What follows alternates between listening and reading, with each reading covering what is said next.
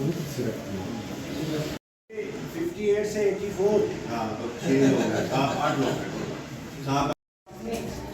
Sir एक minute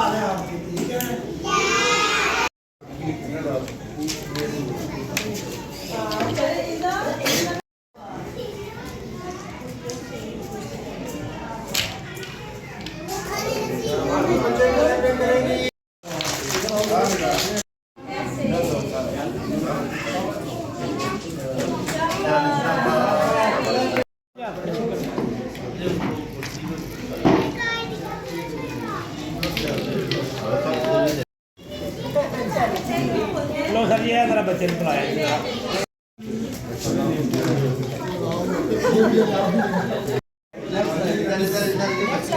चलो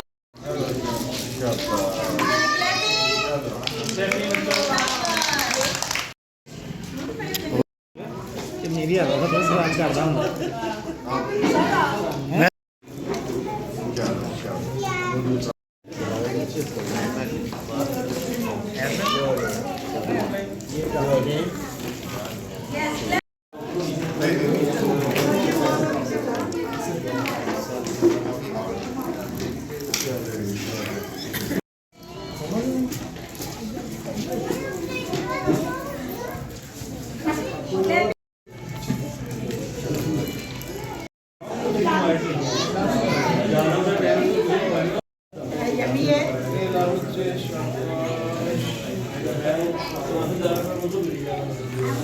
ये नहीं आप सही लेना नहीं ना।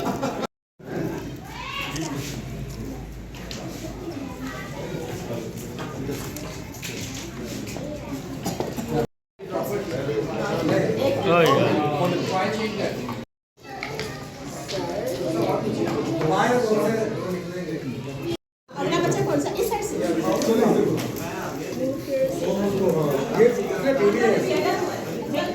ये साफ वाला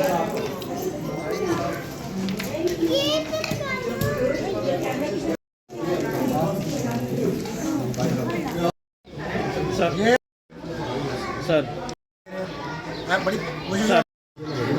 टीम के जो आज मुहिम शुरू की गई है, इस हवाले से बताइएगा, कितने पॉइंट बनाए गए हैं, कितने बच्चों को कतरे पिलाए जाएंगे जी?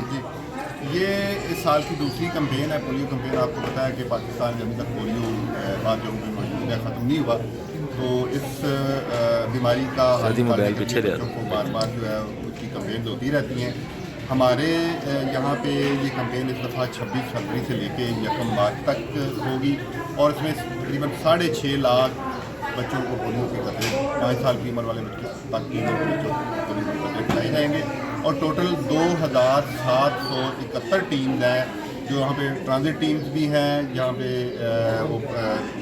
मोबाइल टीम्स भी हैं, गाड़ी अड्डों पे भी इंतजाम आता है, मुख्तलिफ अड्डों पे इनका जहाँ जहाँ ज़्यादा लोगों का रुकना उठना बैठना है वहाँ भी, स्कूल में भी, हर जगह पे हमारी कोशिश है कि इस कवरेज को किया जाए ताकि बच्चा पोलियो को पीने से रह ना जाए। जी शुक्रिया।